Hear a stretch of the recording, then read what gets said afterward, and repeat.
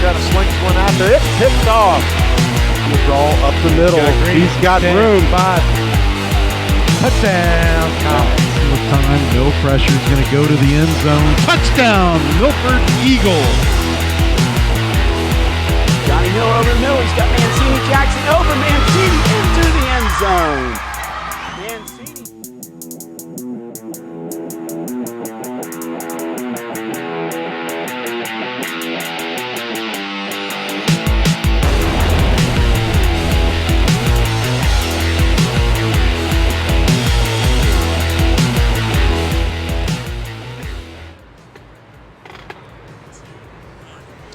Tonight, ICRC Sports did not have to drive by any cornfields to get to our game. Instead, we are in a very familiar place. Princeton High School Viking Stadium, Pat Mancuso Field. It's where tonight's Division IV regional semifinals between CHL rivals the Indian Hill Braves and Wyoming Cowboys will be played. Hello, I'm Bill Bretz. Along with me is my partner Glenn Olson. Glenn, the last 2 playoff games we did, those teams did not meet each other ever. They're meeting each other the first time. Totally opposite tonight here, though. Yeah, 2 very familiar teams. These teams just met 2 weeks ago in Week 10, a game we saw here on ICRC's Friday Night Football, where Wyoming emerged victorious, as has been the trend over the last several years, and maintained their not only league winning streak, but their overall winning streak, which dates back several years now. It's 2017. All right, this is the 3rd straight year that these 2 teams have met in the regional semifinals. Wyoming has won the last 2 years. Of course, the Cowboys, obviously right now, I think people know, they watch TV, that they're defending state Division IV champs. Let's look at some of the key players here tonight, and we'll start with Indian Hill. And I think your key player is right there. It's number 6, the kicker. Luke Lundberg, what a tremendous career this young man has had. Last week, he had a 48-yard field goal against Kenton, which set a school record for distance. He also had a 34-yarder and was 7 of 7 on his extra point attempts.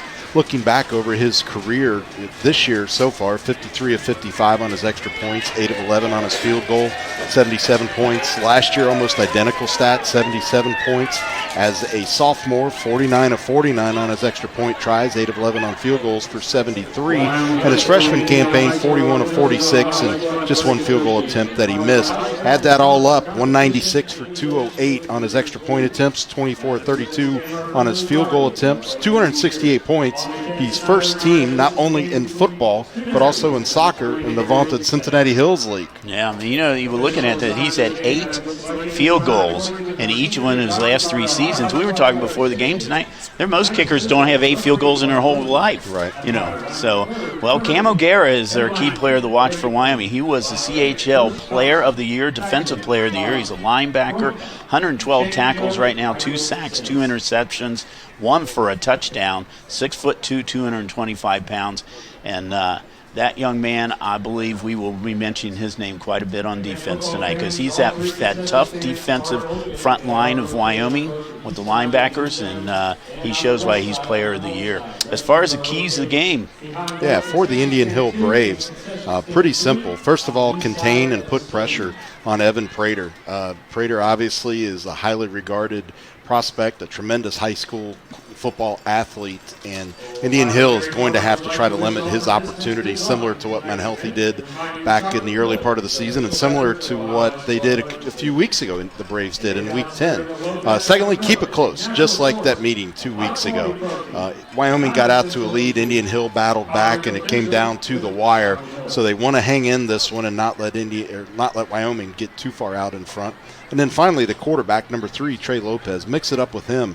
He's a dual threat, just like Evan Prater is, Bill. And they're going to have to keep the Cowboys guessing with what Trey's going to do, whether he's going to pass or keep it with his feet, not unlike what we saw last night with Connor Kinnett. Right.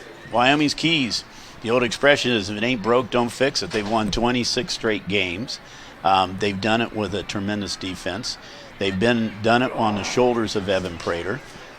Just keep doing what you're doing, because it's been working for like 2 years now. So win the battle in the trenches, offensive line. Offensive line struggled, I think, a little bit a couple weeks ago when we did that game, because Indian Hill, did put some pressure on them, even though Prater did end up with 303 yards rushing. But they need that offensive line needs to win the battle of the trenches. And then use the momentum. They're defending state champs. You know what? Until anybody else wins the state championship, they're state champions. They're number 1 ranked in the state. Indian Hill's number 10 ranked in the state. As you see, that 26-game win streak, that's the longest of any school in the state of Ohio. So will Wyoming continue their quest for the state championships? Or will Indian Hill throw or dash their hopes? Well, we're going to find out on the kickoff, which will be coming up here in just a moment.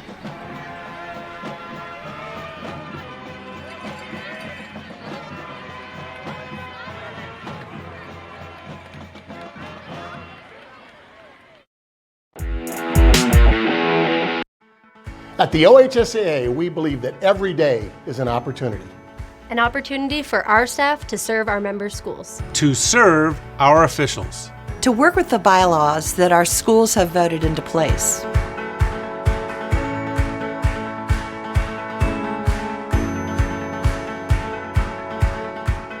And most important, every day is an opportunity for our schools to help student athletes become our leaders of tomorrow.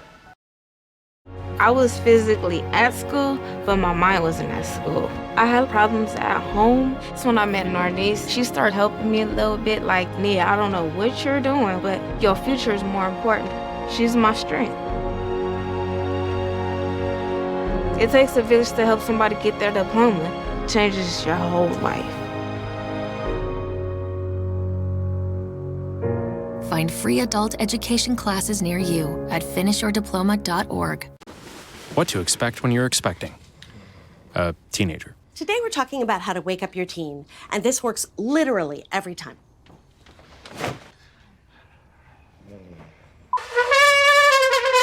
Good kisses. Good kisses. You heard how loud I heard. It wasn't you. It was the... Is that bacon? You don't have to know it all to be a perfect parent. Thousands of teens in foster care will love you just the same. What to expect when you're expecting. And Bill Bretz, Glenn Ailson back here at Wyoming, at Princeton's Viking Stadium, Pat Mancuso Field. Down here, a new revamped stadium here. They redid the whole stadium here, the press box. Real nice facilities that they have here at Princeton. Indian Hill won the toss, and guess what, kids? They deferred. So as they normally do. So Wyoming's going to get going to be on the offense first. So we're going to get to see that Luke Lundberg right off the bat here, Glenn. He has pushed a lot of them into the end zone right now. He's got there's not much of a win out there right now. It's just kind of flag's just kind of hanging right there. But let's see what Lundberg will do, if he will kick it in the end zone. You see 2 Cowboys back there right at the line there. Right, Brendan Pragan and C.J. Hester, I think, are back there. They respect the kicker here. Yeah, it's kind of unusual to see him lined up right against the end zone, but you're spot on in your observation. There may be a few inches off that end zone line. They are giving Lundberg respect. Here we go. Division IV regional semifinals now underway, and he drills it into the end zone. Oh my gosh, that was a kick. No doubt. So Wyoming will be getting started here at their 20-yard line. And we're going to look over that Wyoming offense right now. There's those down linemen right now. Shepard, he's first-team All-League. Martin, Wellman, Guess, and Davis, and he's only a freshman. So 6'2" freshman there. Pagan and Mitchell Kadish are your receivers. Cam O'Gara is the tight end. Bo Thomas scheduled to be in the backfield, but it might be Brendan Pragan. They're going to be moving back and forth. Elijah McGee was hurt. And at quarterback, number 2, Evan Prater, UC commit. Man in motion. Prater gives it to Bo Thomas. Thomas is wrapped up right about the line of scrimmage. Indian Hill was ready for that, Bill. Really no room at all for Thomas to go on the top of the formation. Indian Hill not fooled at all. You know, like you said, these two teams have played each other so much right now. You know, basically they know what each other is going to do probably before they do it. So, and that's on both sides. Indian Hill was showing a little pressure there and then backed out of it. Looked like perhaps a blitz from the secondary. But Prater, as we've come accustomed to, with that dummy call. Prater's back to pass, getting some bit of pressure now coming out of the, and has been being dropped in the backfield. Nice job by Indian Hill. Let's look at Indian Hill's defense right now. So up front there you have Matt Bredas, David Ryu. He leads the league in sacks. Zach Osterhaus, Nathan Berger, Will Kleinkamp, Will Adair, Charlie Dianero, Luke Hammond, Alex Lindbergh, Amari Whitehead, Doug Zhang. They're in your backfield. That's the Indian Hill defense. Third and long situation here, Bill. See, Wyoming's going to go with the obvious pass or try to catch Indian Hill off guard. More often than not, Prater has run on play like this, and he's running now. Finds a way around the outside and out of bounds, but he's going to be short of a first down. So Indian Hill defense 3 and out. I think that's what they want to see, the first off. Well, that's definitely going to be part of starting fast, keeping it close. Great tackle on that play by Nathan Berger. So Indian Hill, Wyoming now going to kick. Prater has been a kicker. Yeah. Not a good one there. It bounces out of bounds there, and that's Washenko, I think. Yeah, Washenko was the punter on that particular time. He averages about 30 yards, so Indian Hill, good field position to get started. They're starting offense right now. They're down linemen now. Bredas, Lindbergh, Shawnee, Kleinkamp, and Lanham. Slot will be Alex Lindbergh. Will Schneider is also in that slot area. Mari Whitehead and Luke Hammond, your receivers. Duke Weiler in the backfield. Trey Lopez, first team all-league. Quarterback. Man in motion. Lopez, he's going to pass. And he's not good at passing. The intended receiver down there was Amari Whitehead. Whitehead, one of the favorite targets, Bill. There's the Wyoming defense right now. Harrison Shepard Martin, Bo Thomas, first team all-league. Chris Guest, Cam O'Gara, player of the year, as we mentioned before in the pregame. Brendan Pragan, he's a first team all-league. Jared Hancock, Glisson, Mitchell, Katie Schuler in the defensive backs. 2nd and 10. Ooh, muffs the snap right there. And he is in trouble right now, but Lopez runs out of trouble. He had a bad snap. He could not handle the snap there, but he made something out of nothing right there. Yeah, did a really good job of utilizing his athleticism to get that edge after that near disaster of a snap. He had all kinds of pressure. Jared Hancock was right there and just missed him by maybe a fingertip. So it's 3rd and 2 now. So Wyoming's defense now. Pressure on them here early. Good crowd on hand here from Wyoming tonight. They're on the near side of the field underneath where we are, and this press box is shaking already. Lopez is going to keep it himself, He is not going to make it. He's going to lose a yard, actually. The hole just never materialized over there, and he ended up going backwards by a yard. So the Wyoming defense holds. Yeah, this is a great shot at. You can see where he wanted to go through there, and he just couldn't cut back over to his left enough to get into that hole. And by that time, Wyoming was there and ready. Both teams 3 and out on their first possession here. Luke Lundberg is the punter. See if he's going to try to pin Wyoming deep. It's straight Great up. Punt. Yeah, it's going to go into the end zone. So out to the 20-yard line where the Cowboys will start again. It's a punt of 47 yards for Lundberg, and Wyoming now on their second possession will start at the 20. Sure, you'd rather have them pinned inside their 20, but still a whale of a punt by Lundberg. Man with a golden foot. Wyoming head coach Aaron Hancock. Aaron's 83-13, his 8th season at Wyoming as head coach, and 11th. And 11th is the assistant coach. Offensive coordinator Keith Jordan. Chad Seymour is defensive coordinator, as you saw Prater's the first series that Prater had.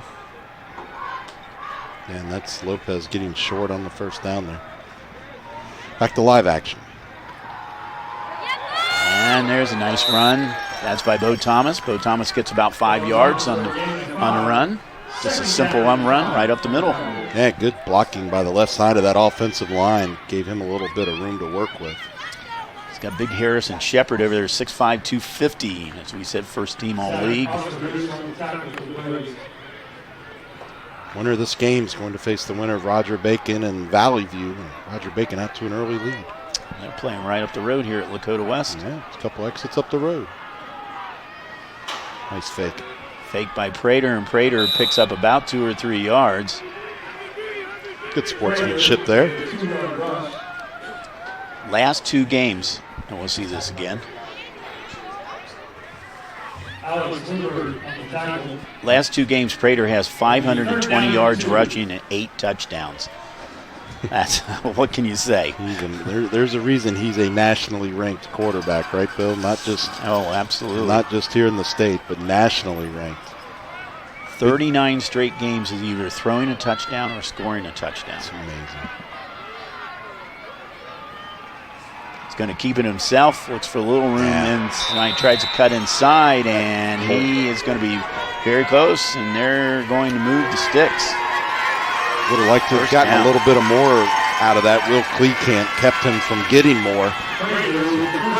Hole never materialized as much as he wanted. And there you see Kleekamp limiting the damage, but mission accomplished so far for Prater and the Cowboys. About a 3-yard gain, enough to move it up to the 30-yard line. Another set of downs now for the Cowboys.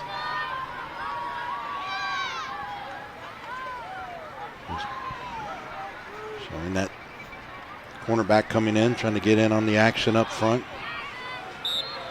It's about another 3-yard gain. And that's Prater with the... So far, the Cowboys just seem content to try to ground and pound, Bill. Yeah. Nothing exciting so far in this game, I mean, for both teams. Lull them into a sense of security and then hit them up top. I don't know if they're just kind of feeling each other out here a little bit to see, like I said, they've seen each other so much during the season, see if they got any new wrinkles here. Second and about 7 now for the Cowboys. Now no one in the backfield for Prater. Guerra's lined up in the slot. Prater's going to run now. He's got some running room. He's got a first down up to around the 45-yard line, picked up of about 9-10 yards. And that's the Evan Prater that I think most people are used to. So you didn't get to see it on the replay here, but the Indian Hill defense was showing blitz and then backed out of it. And pretty much all the room that Prater had there was the amount given up when they backed out of the blitz. Right. They were thinking a downfield toss. Plus, he had the extra blocker there when he moved Camogera over to that side. So, new set of downs. We're all at the 45-yard lines for the Cowboys.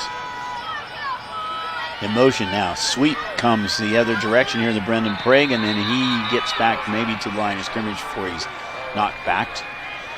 I'd say he's going to pick up a yard. Yeah, just not a whole lot of room there. Indian Hill very ready for whatever the Cowboys are throwing at them. We talked about the familiarity. These teams obviously play every year, played just 2 weeks ago yesterday. So Indian Hill doesn't look to be surprised by anything with this one. Wyoming came in this game, and they've scored 401 points, given up 67. Indian Hill scored 491 points this year, including 61 last week in their win over Kenton. It's definitely not as chilly tonight as last night, but it's still pretty chilly to be going shirtless out there. Yeah. Just make sure you get it spelled right. Yeah. Good protection. And the pass is intended for him, gotten by Juke Mitchell. And that's going to be a first down into Braves territory. Juke Mitchell, also first team all-league. Mitchell came in this game 32 catches for over 600 yards. Offensive line just did a great job there. Prater had a clean pocket all the way, never any worries at all. And just put it right into the hands of Prater, who was double teamed down there and still caught it. And Luke Hammond just couldn't get over there in time. Prater's going to keep it himself. Yep. Little spin move up about another 5 yards inside the 35 now. Little interesting wrinkle there as he faked the bubble screen and kept it himself and took the run up the middle. Give Indian Hill something to think about. Brennan Pagan is in that backfield now. He and Bo Thomas are going to kind of share the duties back there. As I said, Elijah McGee got hurt in the Finneytown game. He had over 600 yards rushing up to that game. But Wyoming, it's just the next man up. That's their theory over there. High snap. Trouble. See, Prater now is in trouble back here. And he slips and falls and is going to lose a ton. Well, that is very unusual. I guess that's better than throwing up a jump ball. Did he slip or did he take a dive here? I kind of thought he took a dive. Yeah, I think he took the dive because I know if you tried to pass it, it would have been, that could have been disastrous. There. Wow. What do you have in your playbook for 3rd and 24 at midfield? We'll see. We're about to find out. He's got trips to his left.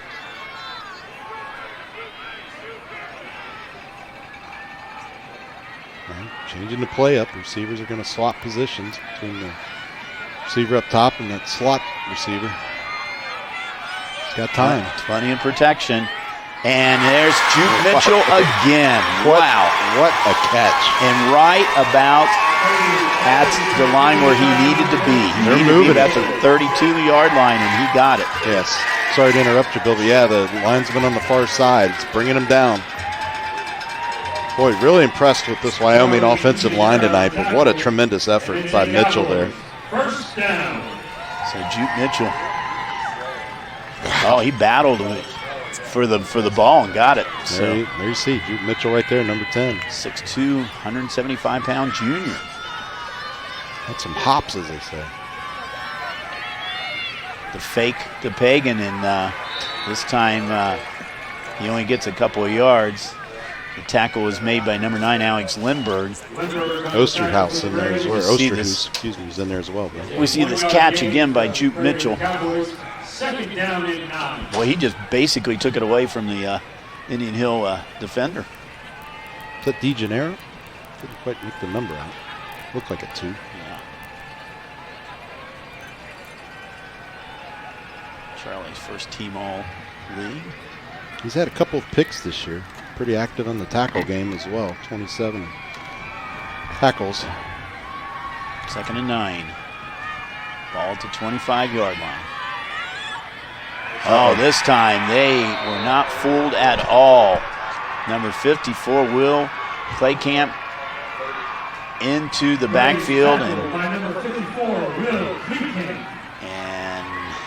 I'm not sure it's going to be called a sack or not. What do you think? He was not in the, really wasn't in the pocket there, but yeah, looked like he was in scramble mode. So that would be a tackle for loss, and so they're up to a 3rd down. Not as bad as the last 3rd down, but a 3rd down and about 14, it looks like now. Yeah, still off schedule. You don't want to be this type of a long situation. The good news is you're close to the end zone, so maybe you can catch Indian Hill sleeping and take a shot up top. Drills a pass, overthrows Brendan Pagan. What they were looking to do, seems like, wasn't into the end zone, but clearly beyond where he needed to get for the 1st down. I really, right now, I would go for his 4th down. I mean, the ball's at the 30-yard line. If you punt in the end zone, you're only giving up 10 yards. Yeah. So they're going for it. The Cowboys' first 4th down opportunity tonight. Washenko just 2 field goal tries on the year for the Cowboys. The one that he made to win the game against Mount Healthy back before the league season began, and then he missed one against Taylor a few weeks ago. He's one against Mount Healthy. He's the only one in his career. Yeah. Uh-oh, pressure. Pressure is put on. The pass is knocked out of bounds, and boy, the pressure was really put on Evan Prater. He's coming off the field a little bit slow right now. He got dinged back there. Juke Mitchell lost his shoe, and Nathan Berger with the big hit. Let's see what happens. See if he gets hit We didn't see the hit right hard. Yeah, he lost his shoe down there.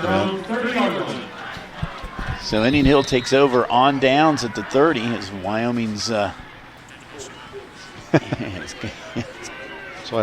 needs that shoe. He can't be a 1-foot football player out there. So that's why they tape them up in the college and pro game.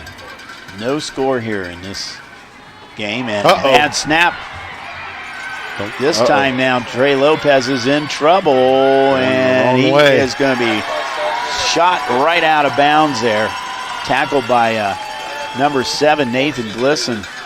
Glisson, a junior, took him out of bounds at the 15-yard line. And just like that, they go from the 30 back to the 15. Seen a couple of snap issues with both teams tonight. That one just a little bit to Trey's left. And then he ran the wrong direction. He maybe could learn something from Prater and take a dive there to limit the loss. So now it is a second down, 25. Yeah. Both teams have had some tough situations tonight early on in this game. Lopez going to keep it himself and gets back maybe to the line of scrimmage. Now it's going to be 3rd and long. Yeah, there's the muff or the bad snap. It wasn't a muff snap. It was just a bad snap, and hard to tell from this angle, but Lopez is running the wrong direction. He's running backwards at an angle and lost a lot of yards. 3rd and long now for the and we have a timeout. Now we've been in the first quarter here. So first quarter, 0-0 game here between two highly offensive teams here tonight. As we said, both teams come in over 400 points on the season. But this is the kind of game I think Wyoming wants to see, though. It's a low-scoring game. Yeah. Well, Wyoming, Prater, they look comfortable with what they're doing. You know, back to your key to the game. If it ain't broke, don't fix it. Indian Hill does not look settled in offensively at this point to me.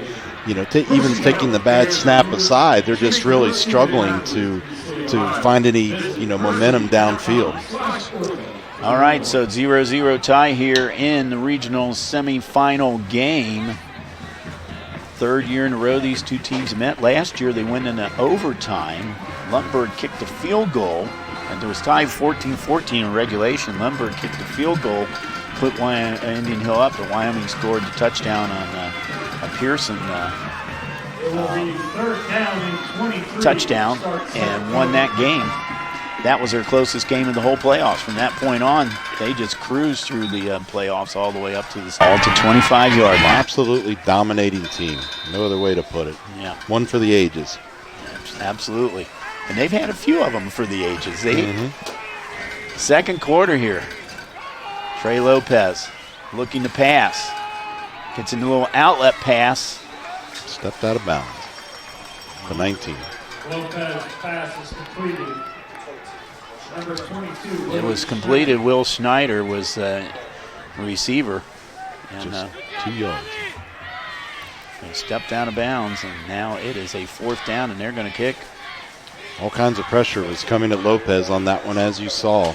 Didn't really have much of a chance to get settled in and go through his progressions. Line of scrimmage at the 19, Lundberg with the punt.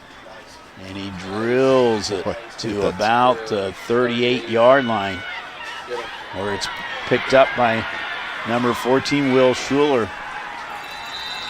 Will's out of bounds. He makes up about 5 or 6 yards, but once again, about a 42, 43-yard punt by Lundberg and about a 5-yard return. Wyoming now will have good field position to start their first series of the second quarter. Yeah, Mark Bennett, you're going to see he's going to come in here and make that stop. A great camera angle there by our crew. Bennett's a senior, 5'8", 140 pounds. Boy, Lundberg, you don't see many high school kids punt a ball the way he did, where you get that high spin like you see in the upper levels of college and the NFL. What a pretty punt. Prater, and hands it off to his first back through, which was Matty Mitchell, it looks like, number 32. Indian Hill's really doing a nice job of attacking the left side of that Wyoming offensive line. So we'll be curious to see if they found something as a tendency there, and if Wyoming can recognize that and start running a little more on the other side of the field. Actually, it was C.J. Hester. And Hester came in last week. He had 147 yards in their win last week against Milton Union. And so he's done a good job, but this is the first time we've seen him tonight. Prater's going to keep it himself, trying to push that offensive line forward, but not going to work. He's back to the line of scrimmage, so he's going to set up a 3rd and 10. I don't think Wyoming has done anything to surprise the Braves at this point. Kind of repeating a point there, but they're ready for everything. They're really doing a good job of filling those gaps and taking away the room for Prater to work with, and that was one of our keys to the game. They're going to have to contain Prater, and so far they've done a decent job of that. 3rd and 9 now for the Cowboys. All at the 46-yard line. Showing blitz. Prater play action, and throws the ball, basically throws it away right now, but he was getting all different kinds of pressure. Yeah, they attacked the left side of that offensive line. Prater was rolling to his right, and the Indian Hill defensive pressure from that side caught up with it, as you're going to see here. I think it was Luke Hammond. Yeah, just got right by that blocker. So 4th down. And it looks like Washenko is in the punt again now for Wyoming. He is the place kicker for the Cowboys. A bit of a bobble there, but not a lot of pressure coming from Indian Hill. Kind of a straight up punt right there, but nice move by Lopez. Lopez picks it up at about the 35-yard line, still on his feet. 2-man to beat. One's out of the way. And Lopez is in the end zone, 65 yards. It looks like that ball was just going to drop right there. Yes. But Lopez said, "Nope, I got it." And he got it on the run, which is very important to do if you're going to get some. So the punt return, he had a kickoff return for 75 yards. Now a punt return for 65 yards by Trey Lopez. And they see this again. Yeah, and he's already in motion now, but as you talked about, he looked like he was going to let that ball drop, and then he caught it on the run, so to speak, and got good blocking the rest of the way downfield. Yeah, real nice block there right about the 10-yard line. Lundberg, Mr. Automatic, drills it through for the 7-0 win, the 7-0 lead for the at 9:42 to go. See this again. Yeah, really watch how Lopez looks like he's going to let that go, and he runs up and catches it on the fly, and it looked like it caught Wyoming off guard. Yeah, quite honestly, honestly. Actually bounced on the ground, bounced up, and caught it as it bounced up, and off to the races he goes. There's a nice little block right there about the 10-yard line. You see him make that block.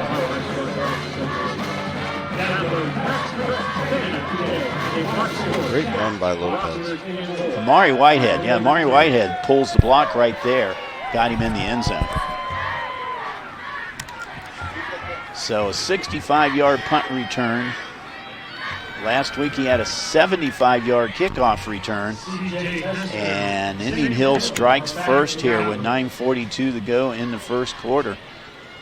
That's a momentum shifter that Indian Hill needed. You know, as we said, they weren't looking terribly confident on offense. The defense has played pretty well, but hopefully that gets the offense fired up a little bit, led by their quarterback, Trey Lopez, that long punt return.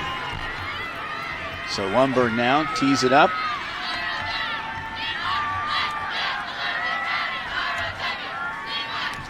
Hester and Hagan back for the Cowboys. And once again, both of them standing at the goal line. Last time he line drived it into the end zone. Let's see what he does now from the other direction. Lundberg couldn't get it on the tee, and there is not an ounce of wind here at all. So good for him. He still might be trying to get that set. Oh, look at this. A little short punt here. Fair catch. To one of the upmen's. Fair patch made by Nathan Glisson, but interesting strategy there. Yeah. One more look at the punt return by Lopez. Caught it on the bounce, as Bill pointed out. Good blocking in front of him. He comes down from here. He's only got 2 to beat. And look at the block coming in by Whitehead here, which really is what set up the end of the run for the touchdown. Yeah, Whitehead just didn't have to push the Cowboy out of the way. Well, that was Washenko that he blocked out of the way. So that was the punter. He was the last line of defense. Hey, we're up there.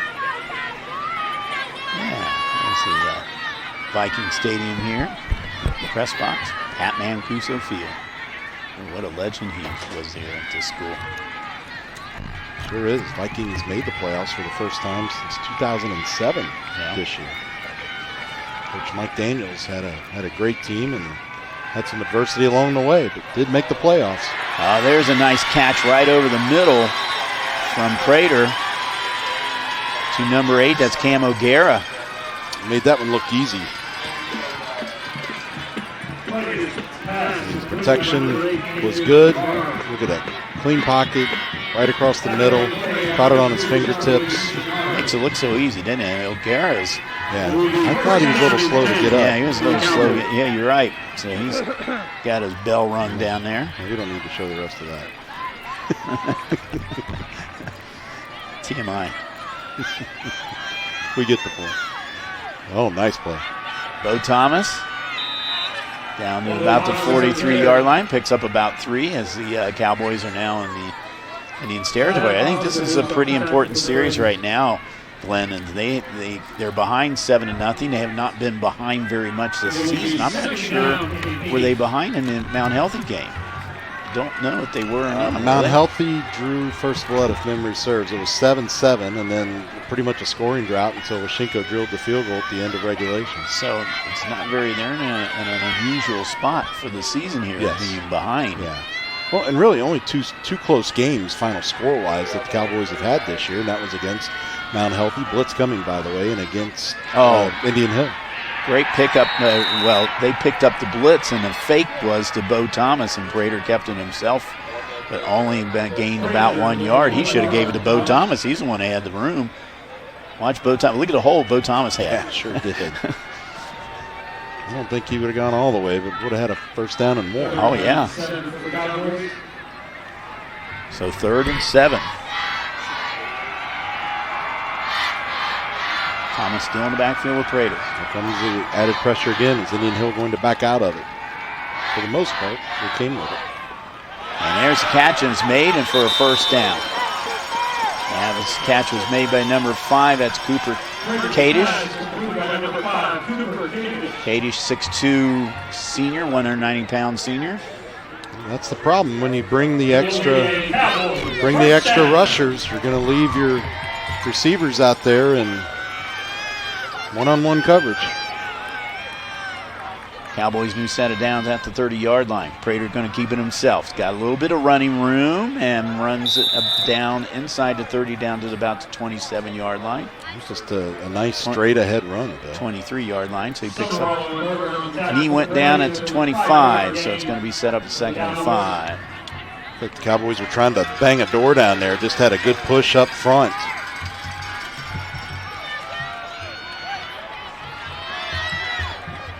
Receivers to either side. Now they're going to change up the play.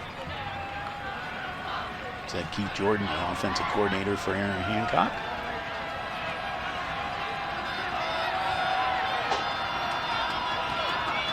Give this to Thomas.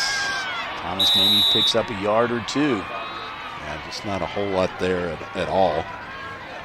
To put it in not very technical terms. Ostrich is right there.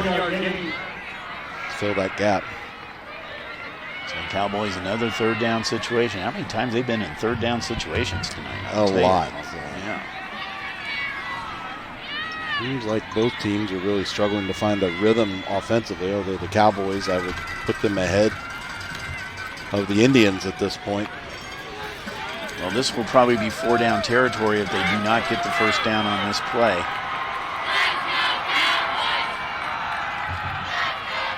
Prater's going to keep it himself.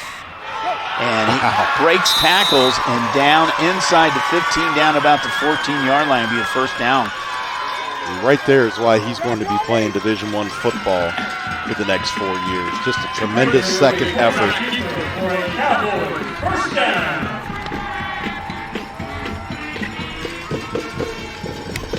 So Prater with the first down now. Ball inside the red zone here for the Cowboys. 15-yard line. I believe this is their deepest they have been tonight.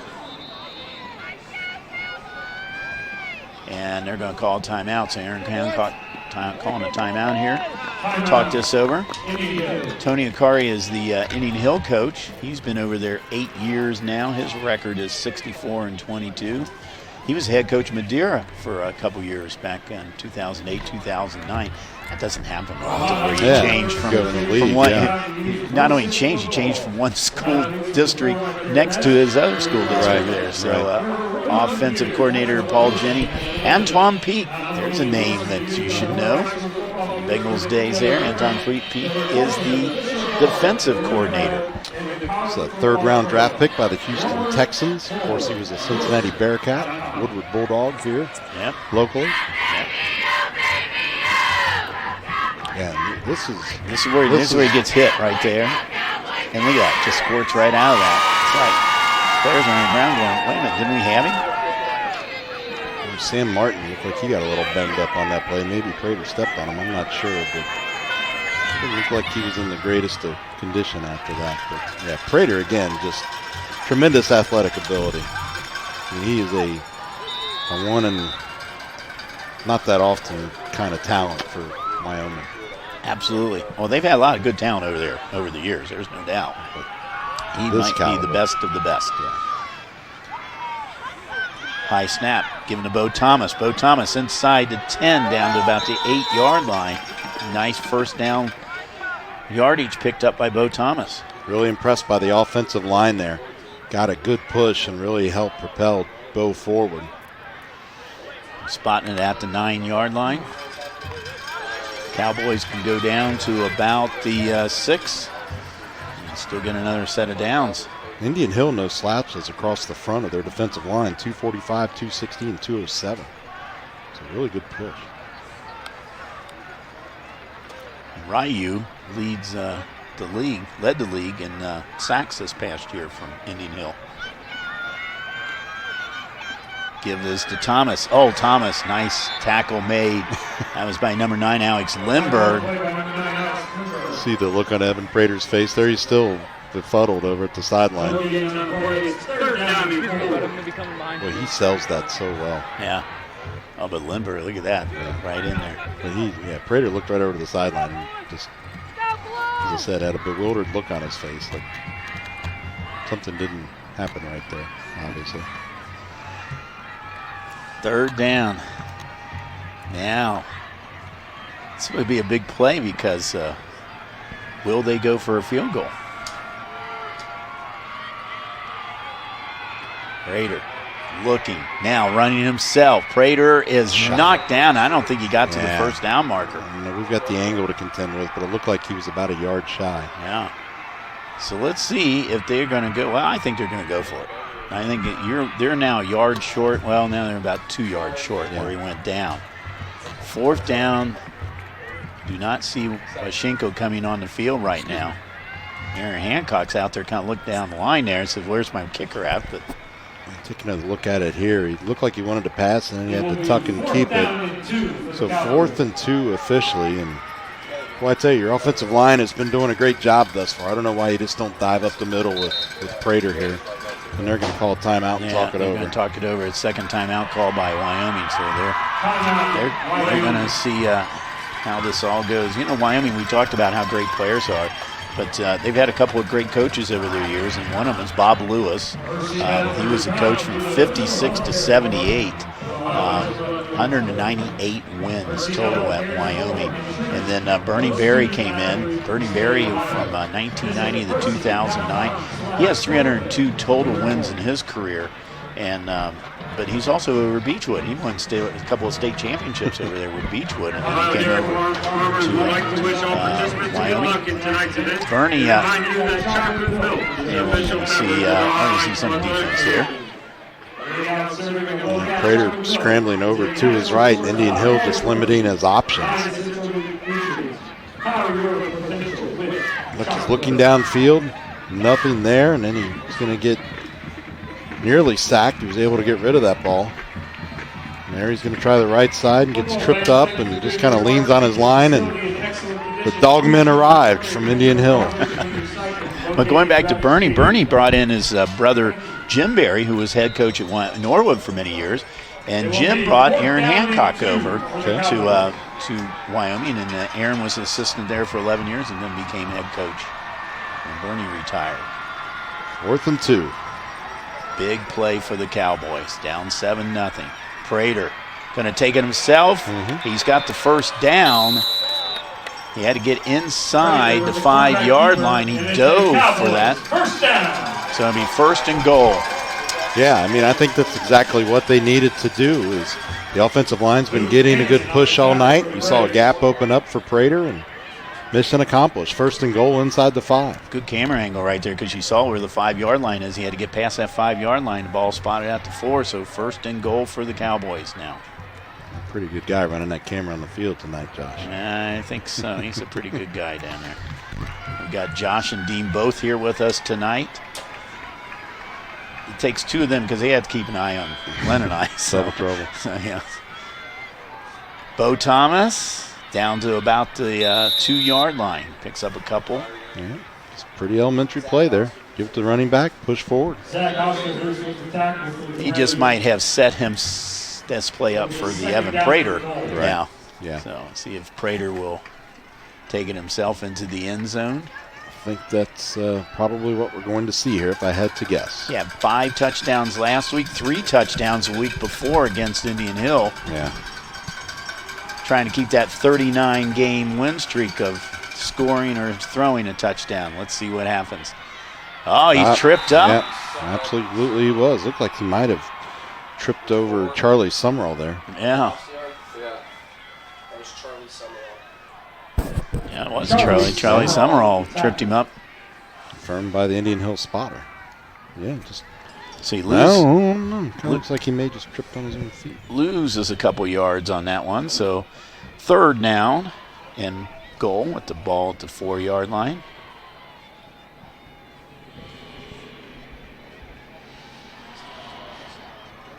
Bringing play in. Sam Taylor coming in for the Cowboys. Roger Bacon and Valley View now tied. 14-all. Prater. Little screen pass back the other direction to Brendan Pagan, but he does not get in the end zone, down to about the 1-yard line. Great defense by Indian Hill. Charlie DeGennaro was being blocked, and he was able to shed that block and wait on the receiver and brought him down shy of the end zones. Very good defense, as you said, by the Braves here. So now it's 4th down, ball at the 2-yard line. It will be 4th down and goal from the 2-yard line. Well, they were just in that situation, and they gave it to Prater on the left side of the line. Let's see if they do the same thing again. Looking very much over here. This play clock is down to about 7 seconds here.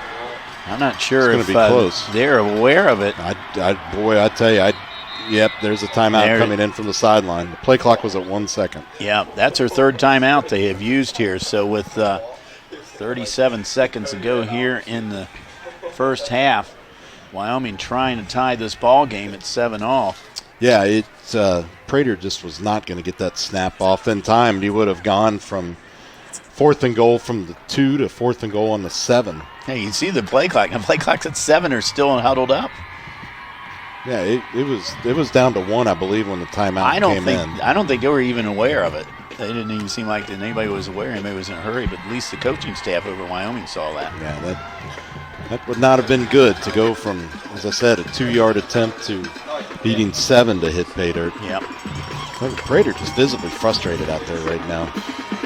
Looks like there's some communication issues or something happening between the offensive staff and Prater, but visibly upset in the huddle. Not stomping his feet upset, but exasperated is probably a better word. His team is down 7-0. The winner will go on to play Valley View Roger Bacon winner next week for the regional finals. Indian Hill has been in the regional finals one time in the school's history. It's back in 2007. They have never been to the Final Four. So they're trying to get back to the regional finals for the second time in school history. It's going to be a tough task either way. Big play right now. Comes pressure on the left side again from the Braves. Prater, he's got some running room. Now he passes into the end zone. Was he out of bounds? Nope. No, he was not out of bounds. He was very close. I thought he had a foot out of bounds. That was Bo Thomas back there, but the official was right there. 2-yard pass officially from. For a Cowboys touchdown! Officially a 2-yard pass completion to Bo Thomas. Well, nice, well-designed play. There you see Thomas in the upper left corner of your screen. Nope, he was in bounds. It was just a shadow. Washenko, PAT. It is good. We have ourselves a tie ball game here with 30 seconds to go here in the half. Wyoming 7. It is a Prater to Bo Thomas. Now, Bo Thomas had only caught one pass this season. Going into that, he now has 2 passes and one of them for a touchdown. It's not bad, 50% there. Pretty good percentage. Yeah, I like that. So that's his 4th touchdown of the year, and that's a big one. Well, he got the extra touchdown. Hurt his average, though. He was averaging 5 yards a catch. Now he's going to be down to 3.5. He's not caring. At least the score is tied. That's the most important thing. Take the points all day long, that's for sure. Indian Hill is going to get the ball to start the third quarter since they deferred. But come on, Cowboys fans, you got to look happy here. Cowboys have tied it up, They look like they're losing 18-0. Just tied the game back up. And it's still early. Still got a whole half to go. A.J. Washenko now, his first attempt of a kickoff tonight.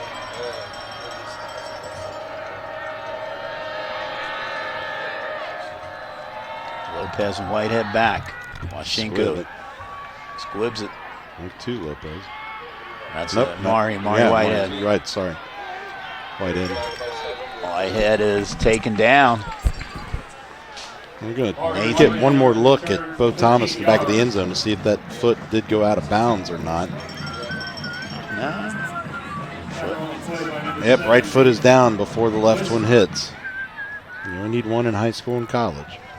Good camera work again down there. That must be that Josh guy down there doing that camera work. Really? That's Josh, our man Josh on the field here tonight with the camera. Great camera work. Trey Lopez pass. That is complete to number 13, Luke Hammond. All kinds of time for Lopez that time. I think the Cowboys are just thinking, more prevent than anything here with 19 seconds left at this point. Cooper Kaddish coming out onto the field for the Cowboys. Yeah, they got Jared Hancock comes out. Extra defensive or extra DBs. DBs, exactly. 4-man rush. Lopez pass. Dangerous. You're right. It was a dangerous pass. Knocked away by number 1. Pagan was right there in coverage. Mark Bennett was the intended receiver. He does stop the clock now with 13 seconds to go. It's third and manageable. You still have all 3 of your timeouts.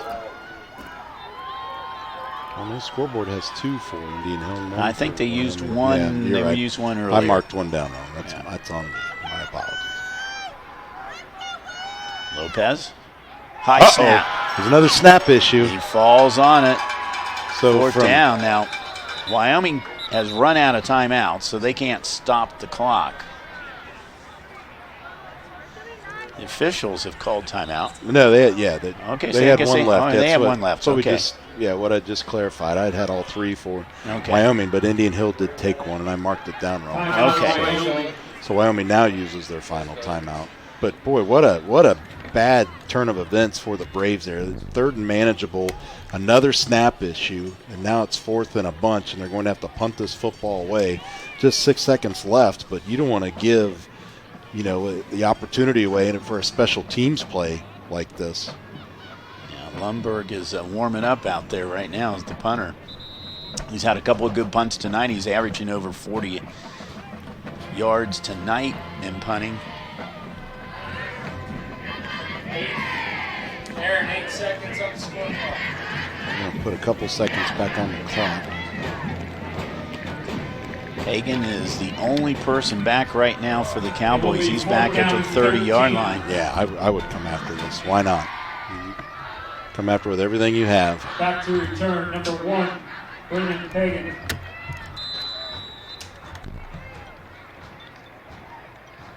Cowboys are coming. Lundberg gets a kick away. Gets a nice roll inside the 30. And the clock has run out. So we come to the end of the first half. We've got ourselves a tie ball game here in this regional semifinal.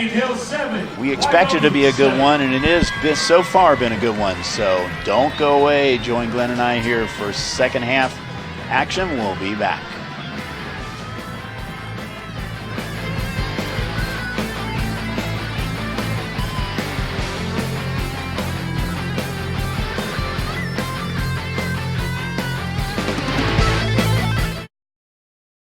At school, but my mind wasn't at school. I had problems at home. That's when I met Narnese. She started helping me a little bit, like, Nia, I don't know what you're doing, but your future is more important.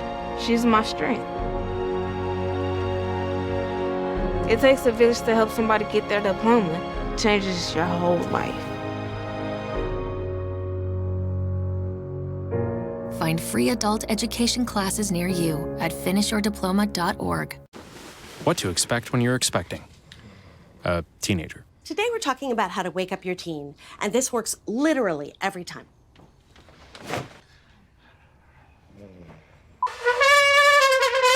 Good kisses. Good kisses. You heard how loud I heard. It wasn't you. Yeah. It was the... Is that bacon? You don't have to know it all to be a perfect parent. Thousands of teens in foster care will love you just the same. What to expect when you're expecting like here? A teenager. Today, I'm going to show you how to teen-proof your home. First step, hide the car keys. Preferably somewhere they would never look. Challenges will come up. Be ready for them. Hi, honey. I'm ready for the... Mom, you don't use mannequins in the mannequin challenge. You don't have to know it all to be a perfect parent. Thousands of teens in foster care will love you just the same. When I was growing up, my mom was extremely tidy. We were trained to put things back where we got them from.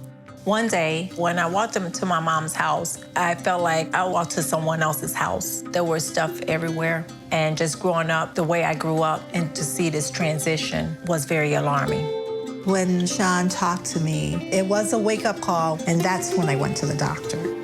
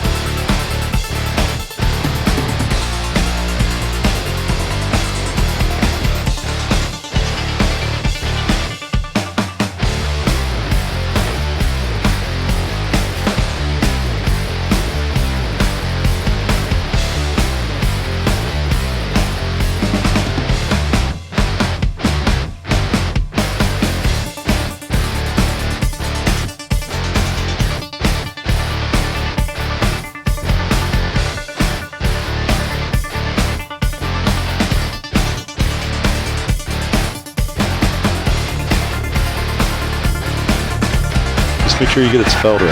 Yeah. Good protection. And pass is intended for him. Got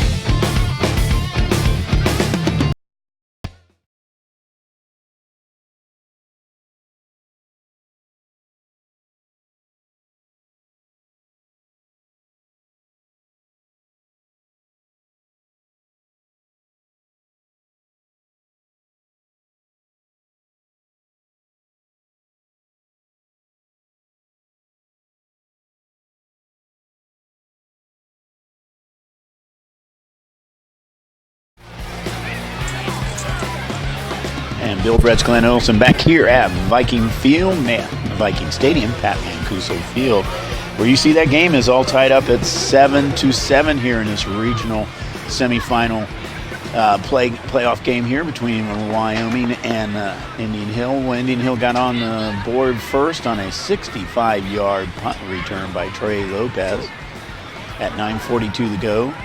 Lundberg's PAT made it 7-0. Wyoming scored with 30 seconds to go in a quarter. Prater to Bo Thomas for a 2-yard score. Washenko tied it at 7-all. Looking at the stats right now, Glenn, and I guess probably no surprise right now, Indian Hill is -3 yards, and they've only run 6 plays offensively. Wyoming 123 yards, 34 plays offensively. But if it wasn't for the punt return, they didn't really have anything to show. Right? Yeah, no, absolutely. Here's some real technical analysis for you. Indian Hill needs to find a way to sustain an offensive drive. 6 offensive snaps is not going to get it done in the semifinal game. Luckily for them, they won the toss and deferred, so they'll get a chance to start on offense here in the second half, barring a special teams disaster. But definitely a strong need to find some offense. Indian Hill, or Wyoming's doing what Wyoming does so far. Yeah, Prater is Evan Prater, 6 for 9 passing, 84 yards with the 1 TD. He had 16 rushes for 43 yards. So Washenko ready to tee it up here in the third quarter. We'll have those playback times at the end of this quarter. We'll also, when we get a chance here, we're going to be talking a little bit about the basketball officiating school with Jerry Fick. Sorry, let me squeeze in between you guys again. Sorry. Very soon here. Washenko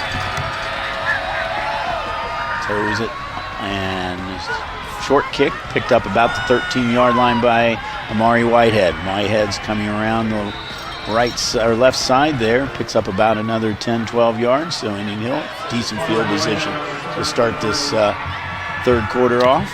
Good field position for the Braves now. The offensive line needs to give Lopez some time to work.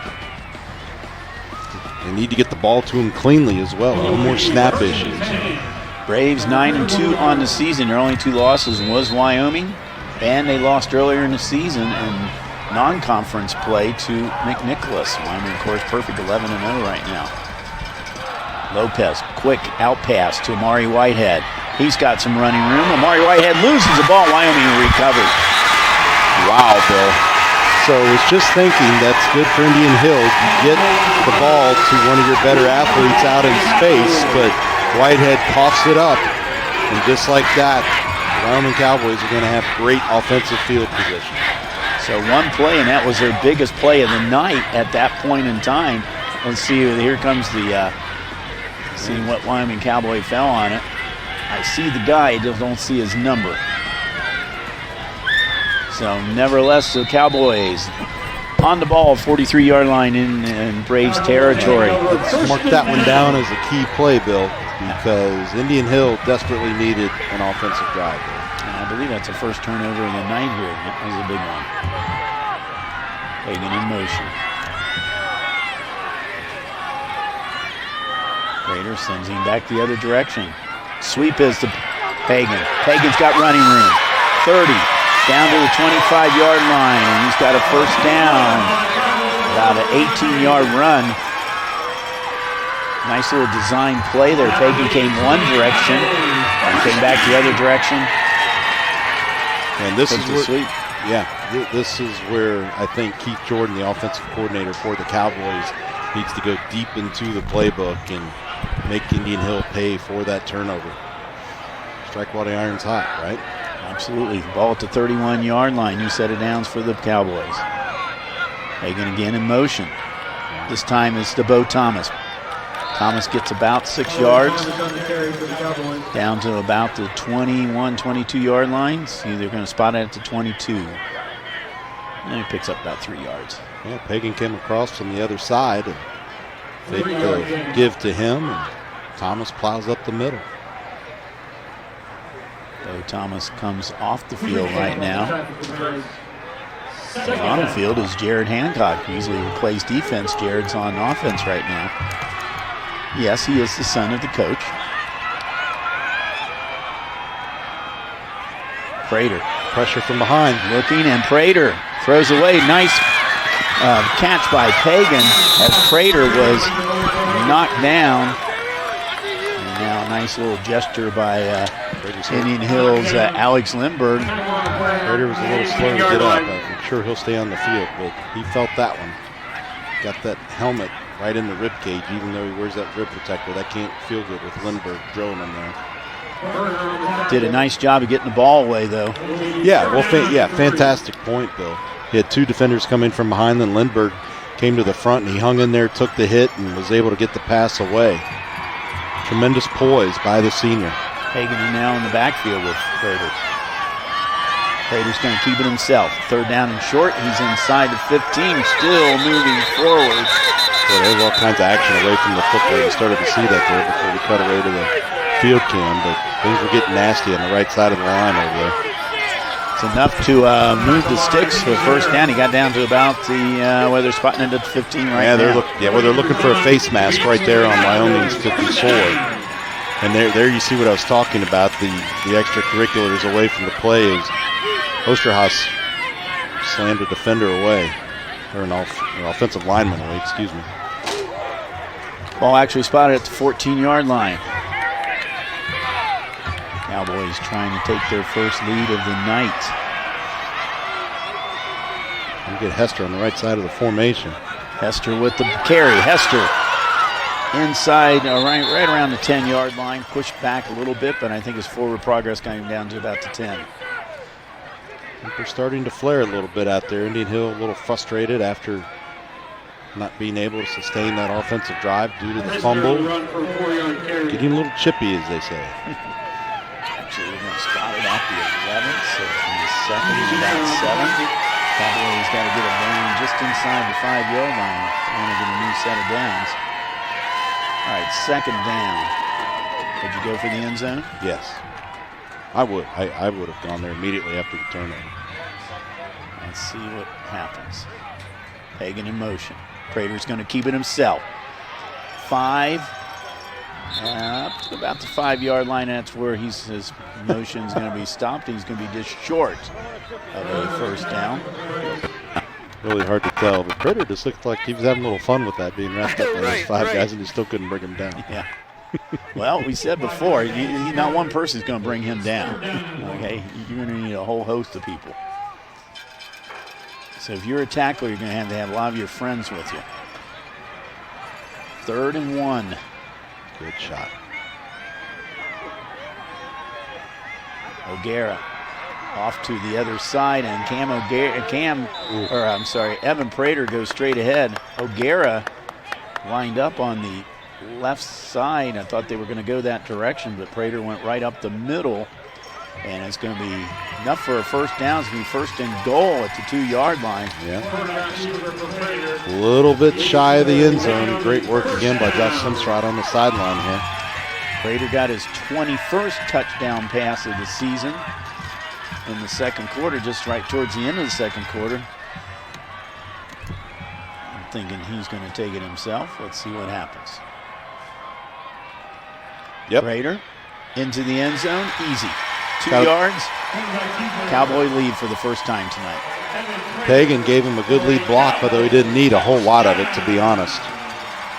But Pagan led the way, and Prater just slid in behind him. Prater, that is his 20th touchdown run of the season. Yep, watch, he's going to follow Pagan there. Just slid right over to the right into that hole. Washenko now trying to put on point number 14. Kick is up, and it is good. So Wyoming takes her first lead of the night here with 7:26 to go, and what a turn of events, Glenn, with Indian Hill getting the ball to start the quarter here and not being able to score, and then Wyoming comes down and scores. That's a momentum change, I would think. Yeah, absolutely. Indian Hill is stated to keep harping on it. They needed to sustain an offensive drive there, and Whitehead gives it up after being hit, and Wyoming makes them pay. So Indian Hill needs to come out with the positive mindset here. They're only down by 1 possession. They've got to find a way to make some things work offensively here. I think you saw what they were trying to do, get it to Whitehead out in space. So expect to see a lot more of those screens right now. Try to soften the Wyoming defense up underneath before taking a shot up top. We'll see. Cowboys held it up around Aaron Hancock. There's a good picture of Evan Prater there. And Evan's had a kind of a rough night, you might say. But, you know, when you're leading by 7, it doesn't seem so rough. Bill, I listened to part of your game in Week 10 between these two teams, and Prater playing in the U.S. Army All-American Bowl. Yes, it is. It's January 4th. That's down in San Antonio, Texas. That's a big game. That's probably the biggest high school bowl game in the country. Yeah, indeed. Of course, he is an All-American. He was Offensive Player of the Year last year in the state of Ohio.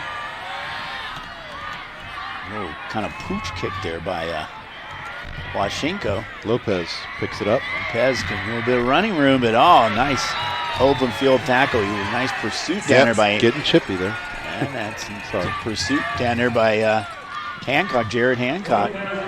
Okay, this is going back to look at Whitehead's fumble. And again, it was just the way he was wrapped up.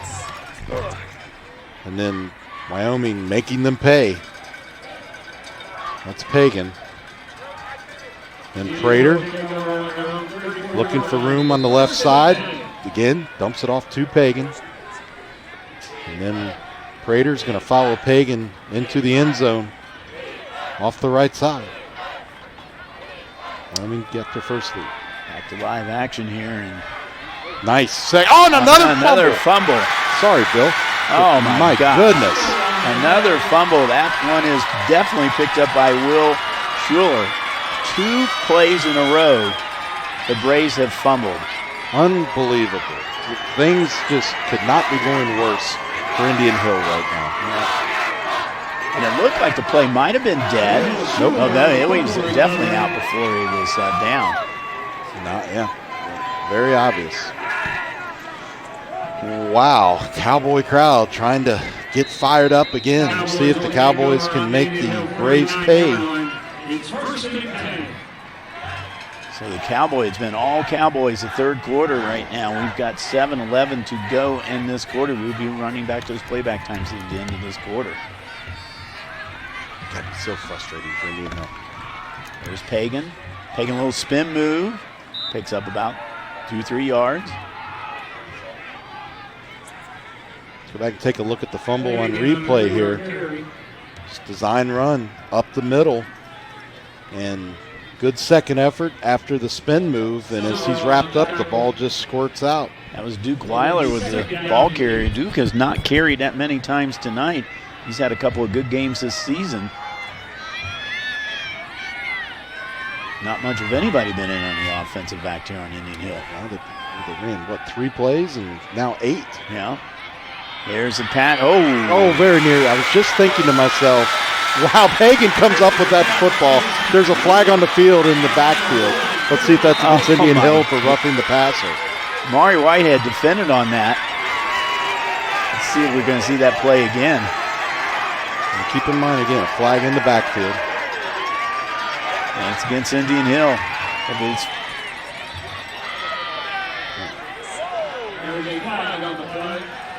I have no idea how Pagan comes up with this football.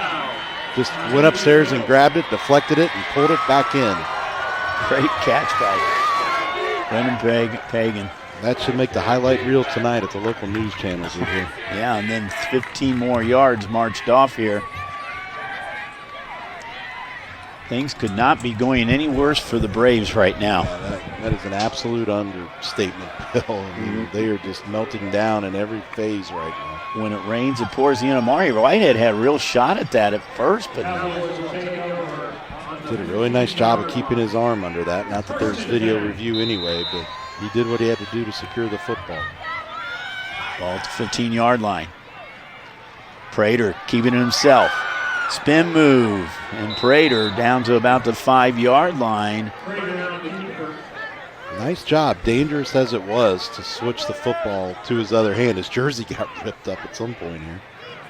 But you're going to see this as he's in the grasp. He's going to switch the ball over to his right hand as he was being drugged down by his left arm. There's not too many players can do that right in the middle of a play. Well, like I said, it's dangerous, but you know, they were ripping at his arm, and he had the presence to switch it over. Says his knee went down at the 7, so it's going to be 2nd and 2. You see the hole in Prater's jersey I talked about.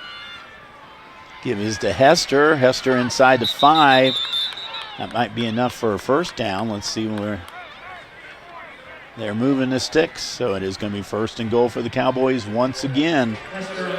DeGennaro and Berger put a hard lick on him, but as you said, mission accomplished with the first down, Bill. So now 1st and goal inside the 5. So Wyoming now trying to take a 2-score lead. And keep in mind they had a 2-score lead a couple weeks ago, and Indian Hill came back with a couple of touchdowns in that 4th quarter. This time Prater running around, dives in the end zone. Did he get it? Let's see what the official call is. Yeah. He's got it. I don't think there was any doubt on that. 4 yards for Prater. Unbelievable. 2 turnovers equals 2 Wyoming touchdowns. Both of them by Prater. Yep, you see, great work by our field camera again. And there he goes. He did it right inside that pylon. We told Josh to take a hit there for us tonight. So Washenko, PAT is good. 21-7 is our score. Well, cannot commit turnovers against the defending state champion like the Braves have done. One more look at the touchdown. You're going to see Prater reach out here, had the peace of mind to do that. Look at him. He reached out and the ball just sat in the end zone. Let's see if we can see this again. Now watch. I'll just put it. That's where we want it, right there. Okay, there it is. Ball right in the end zone. Touchdown, Cowboys. And for Evan Prater, that is his 21st touchdown rushing this year, as we said. He has 21 passing, so he has a total of 42. Sounds like a lot, doesn't it, Glenn? It sure does, and it is. Except he had 60 last year. So I think most coaches would take that kind of production. Absolutely. One more look at the touchdown. He came in this game with over 9,000 yards total offense in his career.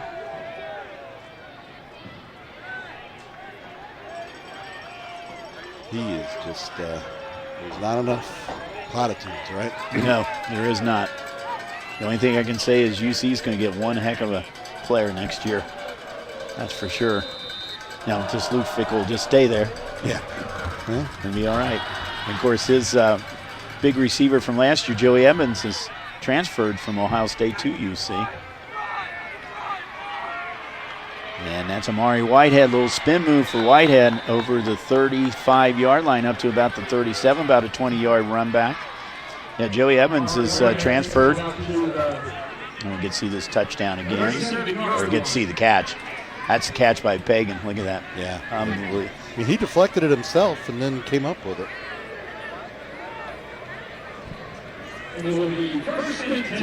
Here's the touchdown again. Let's see if we can see the ball. Watch the ball. See the ball? Sits right in the end zone. That right in the corner. That's exactly where we want it. Trey Lopez now trying to rally his Braves. And a catch is good. Out of bounds by Hammond. Luke Hammond, about 6 yards. And that now, I think, Glenn, is officially their longest play of the night. Not laughing at him. It's just amazing to believe that we're 2/3 of the way through the third quarter, and that's their longest play. And it wasn't a very long one at that, Bill. Nope. And again, Whitehead. And try that screen out in space again. But they would not bite at it.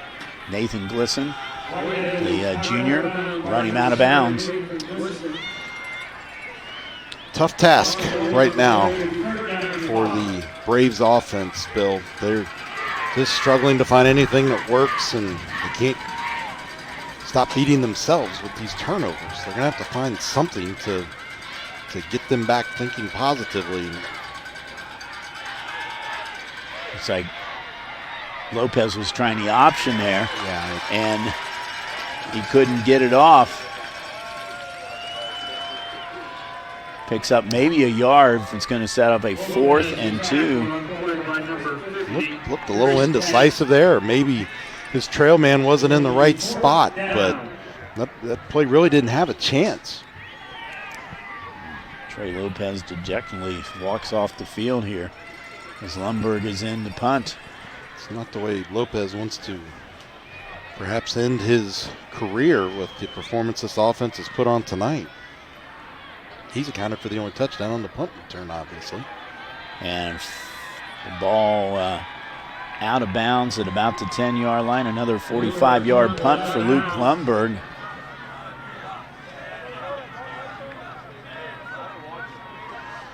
So the Cowboys are going to have the ball deep in their territory. But the important part of that statement was the Cowboys have the ball. Right. So the ball's going to be spotted at the 12-yard line, so 43-yard punt for Lundberg. They've shown themselves to be capable of chewing up some clock with a long offensive drive, obviously. I think it goes without saying. So it's time for the Indian Hill defense to step up here and try to force a turnover and get a little momentum back on the Braves side. Or better, well, they also could do 3 and out here, and they would have good field position. So let's see what happens. Evan Prater, though. Great Pagan in motion. This time about Thomas. Thomas will spin move out to about the 14-yard line. Picks up about 3.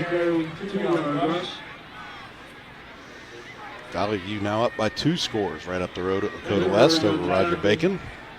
Interesting. That's probably in about third quarter, too, isn't it? Yeah. Right after the third quarter. The right end of the third quarter, excuse me. Two winners of these games will be playing each other next week for the regional final. Bill, good observation on the final state poll. In terms of the teams in the top 15, yeah. 3 of them in this region. With Wyoming, Indian Hill, and Valley View. On that run right now for Wyoming, when you see this again here, great block by number 55, Sam Martin. You can see this. Watch Martin's block. They're right there. Face mask. Oh, yeah. Not on him. Yeah, on the other guy. So, but good block. You're absolutely right. Yep. Gives Wyoming now a little breathing room out to about the 23-yard line. And Hester with the carry.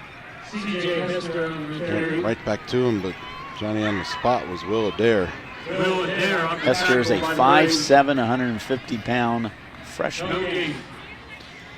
And if you're a freshman, you're playing on Wyoming's varsity right now, you're pretty good. And he's carried the ball several times this year coming into tonight. 45 carries, a couple touchdowns. And you see all the Cowboys seniors being celebrated here at Princeton High School. And they got big heads there. So. That's well they should. The state champs trips to his right. Thomas in the backfield. Prater taking himself. I thought I heard a whistle too, but Prater is going to take it over the 35-yard line out to about the 38. He's calling for a face mask as well. Prater is. And so it's 14 yards, and Prater now going back. New set of downs for the Cowboys at the 37-yard line. They started on the 12.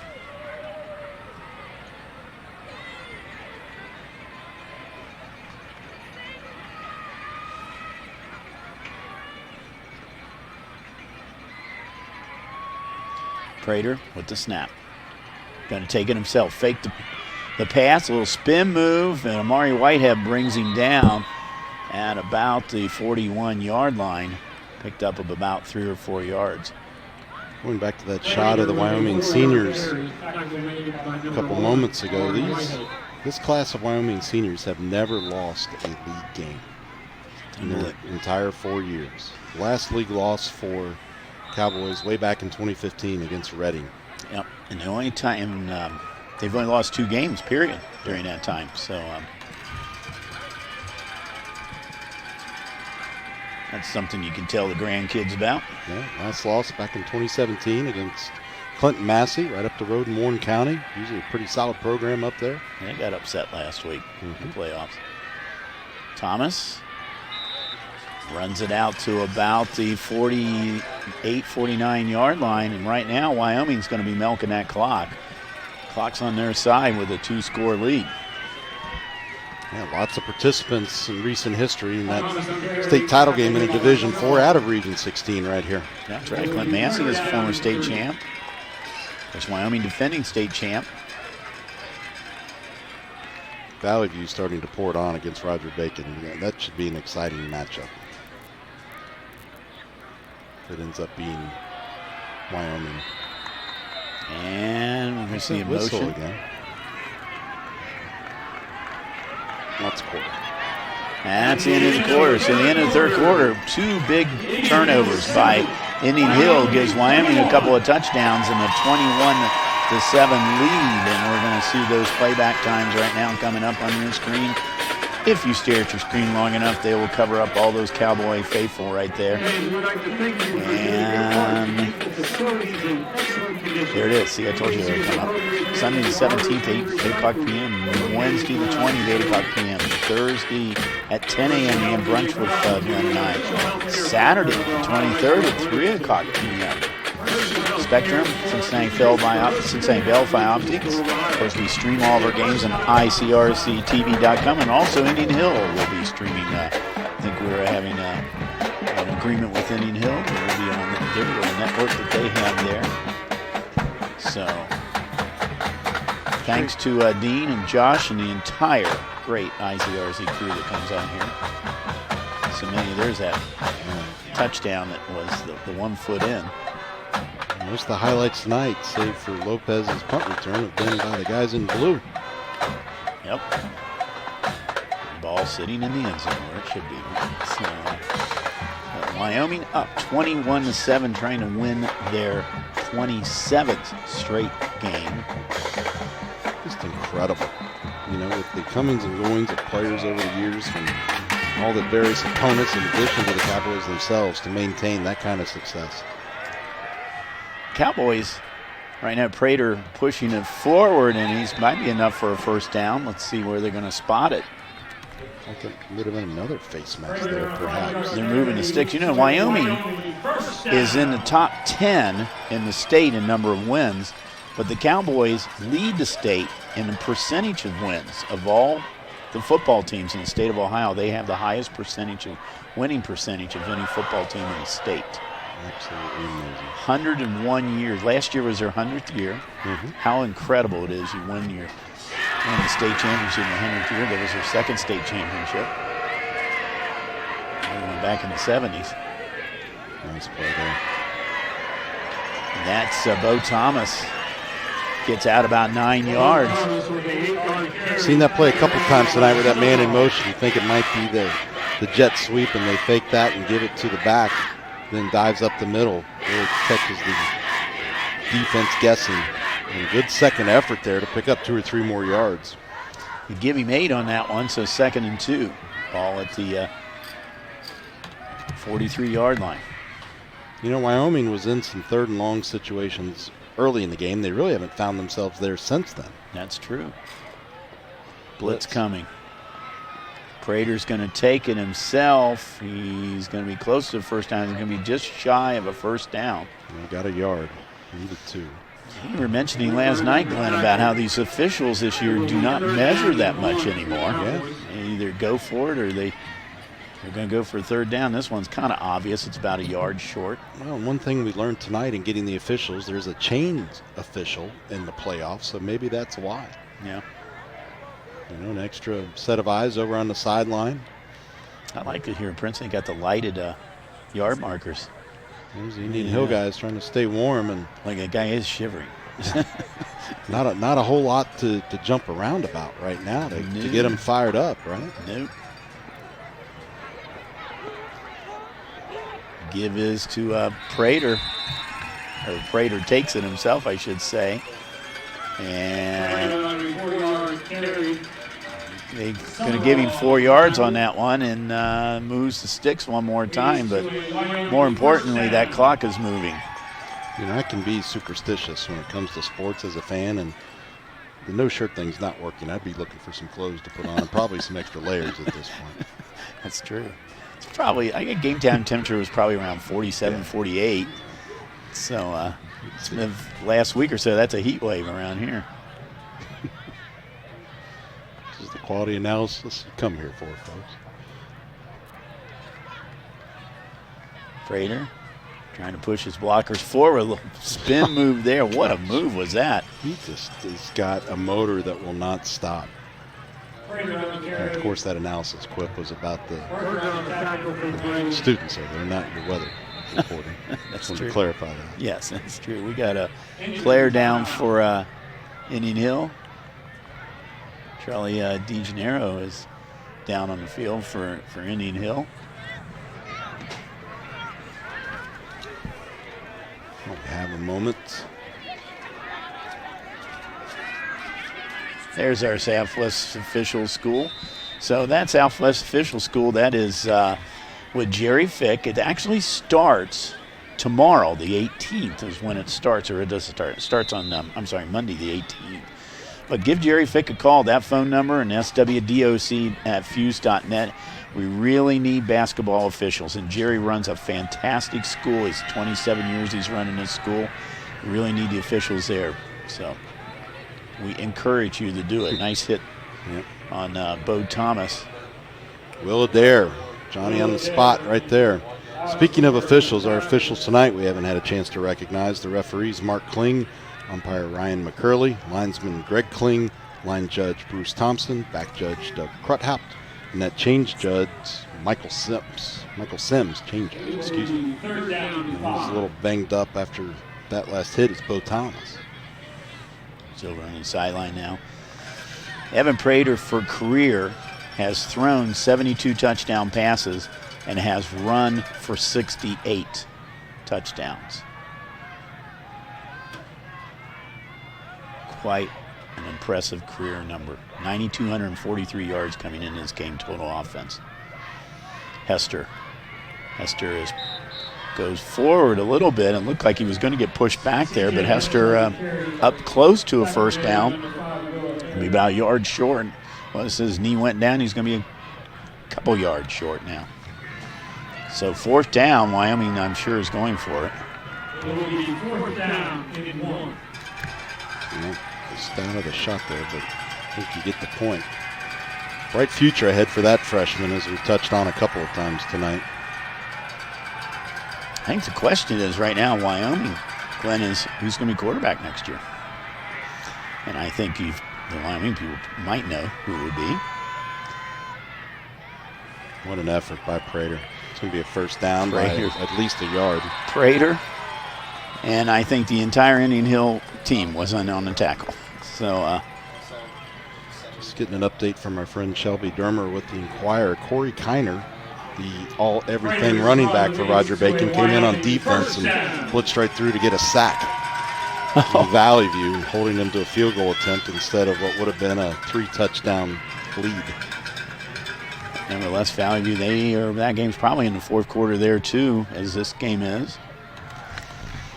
Of course, last night we were up at Miami Trace High School where Harrison Wildcats, they punched their ticket for the regional finals in Division II with their 42-7 win over Columbus St. Francis de Sales. Connor Kennett put on an absolute clinic last night, being involved in 6 touchdowns. 3 passing and 3 running. He was something else. That's amazing. Mouth guard go flying there. Yeah. That's how hard they're hitting out there. Give Indian Hill credit. They're not backing down. They're still playing hard. Well, we're going to have 15 yards onto this game. Maybe playing too hard, right? Yeah. It's a hold, though. That's interesting. Against Indian Hill. Now, they're not within the 20. I don't know if it's going to go 15 yards here. Yeah, the frustration is coming in right now. I think we can say what the referee might have said on television, can we? I think he was saying knock it off, to put it politely. Yeah. Well, they did move it. They moved it 15, I think they did. So the ball is at the 12-yard line. So Wyoming in the red zone again. Last 2 times they were there, they've scored. Just about halfway through the fourth quarter, so time is not on the side of the Braves at this point, it is fair to say.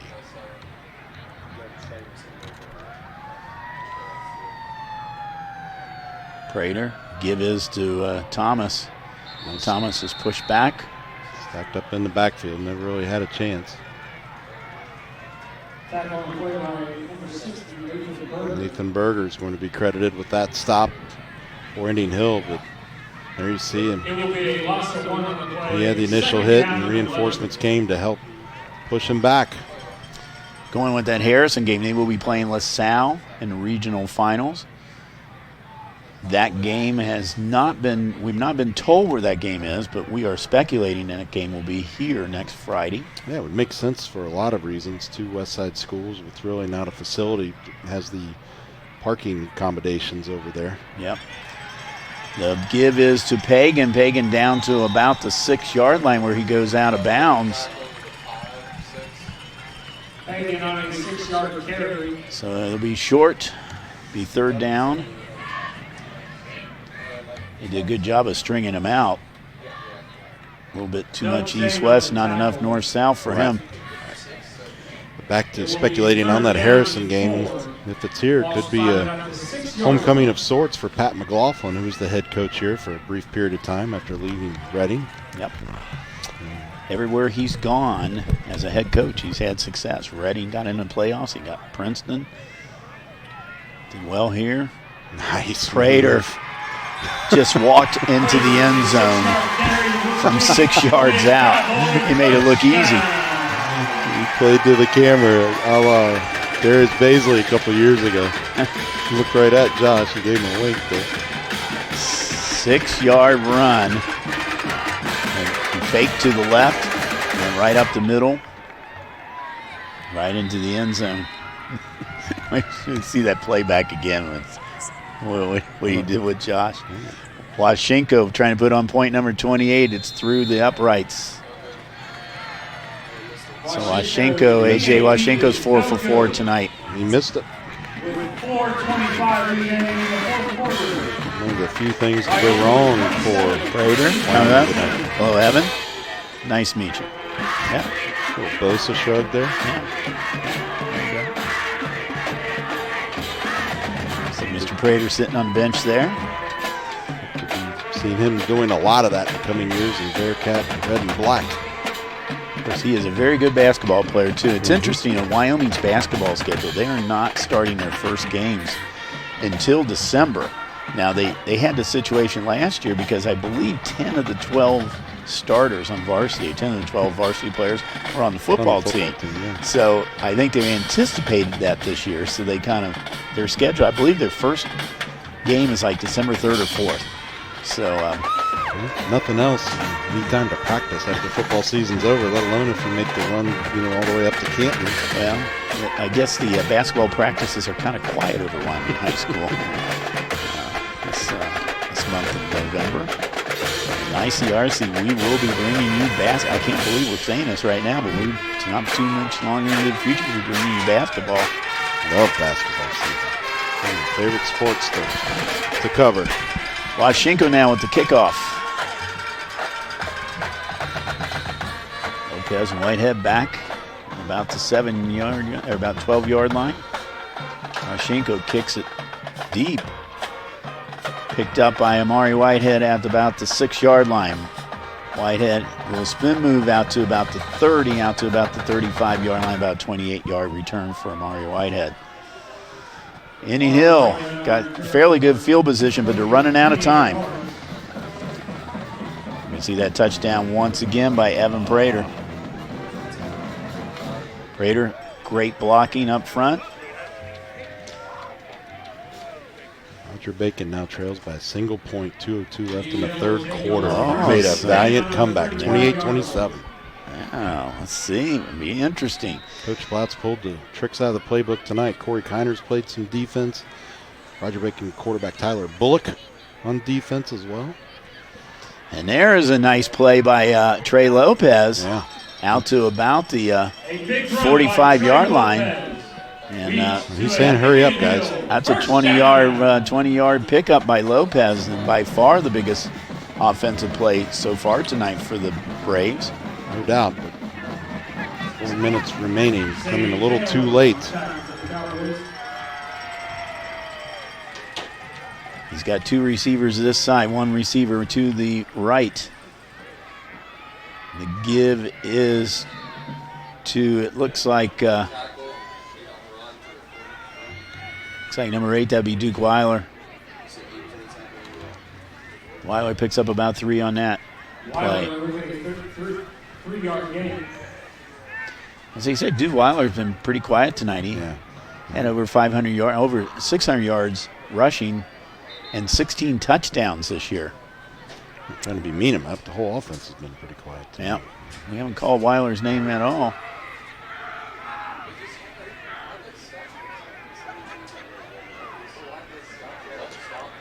Wyoming, they're making some kind of substitution here. The referee stopped the game, so I'm not sure what the situation is, but nevertheless, here we go. I think it's where you have to give the defense a chance to substitute, right?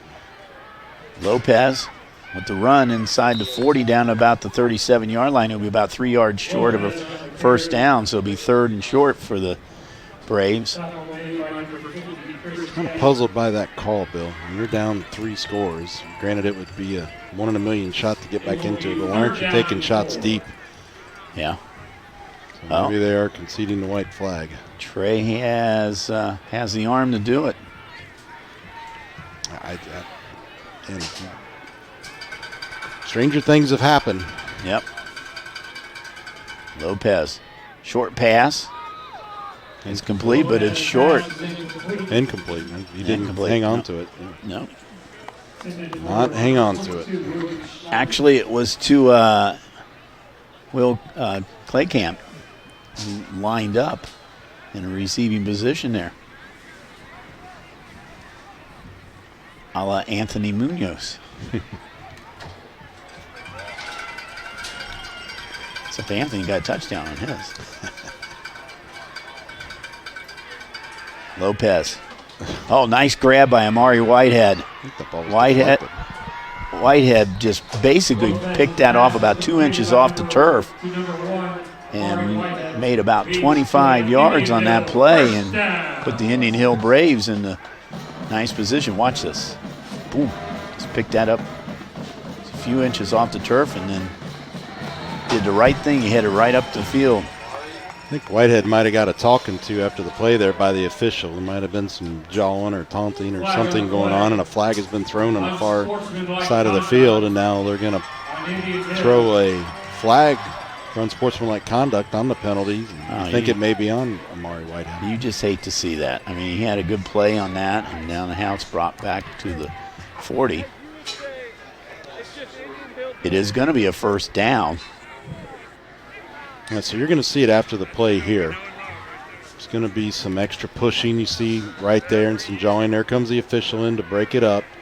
Whitehead's trying to plead his case. The official's not having it. And the official from the side's trying to get him off the field, and Whitehead was still jawing over on the bench, I believe. Back here, the live action here.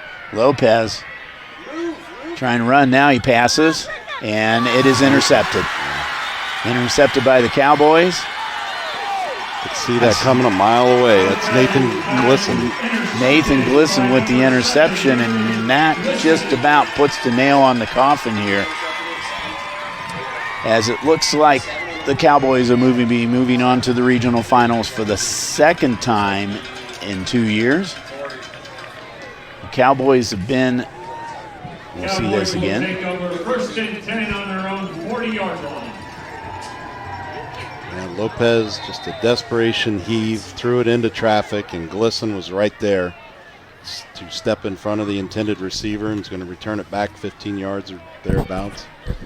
This is the Cowboys' 25th time in the playoffs. They're in the top 10 in Ohio, and the number of times they've been in the playoffs. If they win tonight, it'll be their 26th win out of 26-22 record. Been to Final Four 4 times. Hester out to about the 40. I'm sorry, they've been, 4 or 5 times. 75, 77, 98, 2009, of course, last year. They were runner-up in the state in 1975, state champions 1977, and, of course, last year, 2018. So they know what it's like to be there, and a lot of these players who are out there in that field know what it's like to be a state champion. That's half the battle, right? You go up there and not be intimidated by the surroundings. You're playing 3.5 hours away from home. You're staying in a hotel the night before the game in a big stadium. Lots of renovations up there at Tom Benson Memorial Stadium over the last couple of years next to the Pro Football Hall of Fame. Yeah. Hester with the carry. Hester a couple yards short of a first down. But the clock's down to about 1 minute right now, so the Cowboys going to keep that record, perfect record, intact. They're going to go to 12-0 on the season. I'll tell you. Go ahead. Who knows who they're going to be playing, though? We still don't know how that other game's going to shake out. Edward Bacon's continuing to play well late in that game, so that's still to be determined. But this is not the way I saw this one shaking out, especially after the way the game was played 2 weeks ago. Indian Hill just never could get going offensively tonight, and that's an understatement. And then the 2 big turnovers in the third quarter. That was the turning point of the game. Yeah, absolutely. And Wyoming scoring off of those. And I marked it down, 11:44. That's when Whitehead caught that screen and then gave it up. And it's been all Wyoming since then. Indian Hill's never been able to gain an ounce of momentum back in the football game from that point on. And the clock is winding down as the Cowboys are going to move on to the regional championships with a 28-7 win over the Indian Hill Braves. The Braves close out their season 9 wins and 3 losses. This is the 3rd year in a row that the Cowboys have beat the Braves in the regional semifinals, and the 4th time they have beaten them in the playoffs. 4 out of 5 times. Indian Hill did win it by way in 2015. So final thoughts, Glenn, on this game? Well, it's a shame that it ends this way for Indian Hill, but for Wyoming, the train rolls on. They're playing the regional final next week and looking to try to take another trip upstate. If it's Valley View, it will probably be a little bit north of here, maybe Lakota West, maybe Moreau. If it's Roger Bacon, they might be right back here at this stadium next week. And Glenn and I don't know. We might be back here next week too. We'll have to see what happens. But anyway, thanks to the entire crew here, especially Dean and Josh. Great job, guys, of getting everybody together out here. Great crew. Glenn, it's great working with you. Yeah, it's been a ball. Maybe we will do one more game next week. We'll have to see. But anyway, your final here, 28-7, the Cowboys over the Braves in the regional semifinals from the entire ICRC crew. This is Bill Brett saying goodbye.